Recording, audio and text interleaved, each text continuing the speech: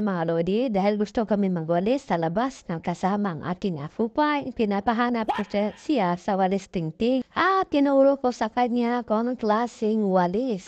No, mga lodi, so ito yung walis tingting. Yan ang tinuro ko sa kanya at yan na kinuha na ni apupay, mga lodi. At nung kinuha niya na ang walis, mga lodi, hayang niya ng gitiwan at sabi niya siya na daw ang magwawalis. Ayan, nagsisimula ng aking apupay. Napakasipag naman ni apupay. Sana all pagdating ng malaki na siya, hindi siya magbabago. At ayaw niya ibigay sa akin ang walis tingting, mga lodi, dahil gusto niya siya lang daw ang magwawalis. Binibigyan ko siya na pagkakataon, no? Kahit paano bata, matuto siya magwalis. Kasi lahat ng mga hinahawakan ko mga bagay, mga lodi, gusto niyang agawin. So, inayaan ko lang. Ay, dapat ang bata, kahit ganyan, hindi na lang puro cellphone, no? Kahit ganyan mga edad ng mga bata ngayon, mga lodi, ay ang hilig na humahawak ng mga cellphone, mga lodi, at minsan ang mga pinapanood nila ay doon sila minsan, no? Natuto ang kanila mga attitude. Kaya minsan, sinalihan ko na kailangan talaga po pa kahit na magaan na mga bagay, mga lodi, kunwari ang mga medyas or t-shirt ilalagay mo sa lagayan, ayan, alam niya na. Dahil bata, paturuan na talaga para pag lumaki na, alam niya na yung trabaho niya.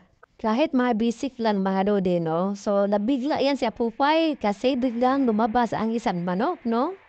Kaya, na-nervous talaga si apupay. At bigla siyang napatigis kaya ngayong lakad. Ayan, no? As pagsipag naman ni apupay, sana nga, sabi ko sa isip, dahil babae siya. Yan ang pinaka-importante sa bata na makikita siya. At kaya niya hawakan ng walis, mga lodi. So, tingnan mo, mga lodi. Ayan, nakahanap siya kung saan daw ang marumi na lugar. Gusto niyang walisan. At pagkatapos, mga lodi, ayaw niya talagang ibigay yan. Gusto ko nang kukunin. Ayan, siya na lang daw ang hahawak ulit, mga lodi. So, nayaan ko na lang. At katulad din yan sa ating mga lodi, magprosige po tayo para matapos at makuha natin ang ating gusto. Kahit lang naman ay hindi kalafihan pagdating ng panahon ang ating kinikita. Ang importante may napatunayan po tayo sa ating pagsisikap dito sa kainita. So yan, napakyo talaga si apupay ko. Ayan, nagpa-flying kiss siya dahil paalis na po ang kanyang tatabi. At dati kasi kapag sino ang umaalis dito sa amin, umiiyak talaga yan dahil gusto nung sumama. Pero ngayon, nakamature na si apupay.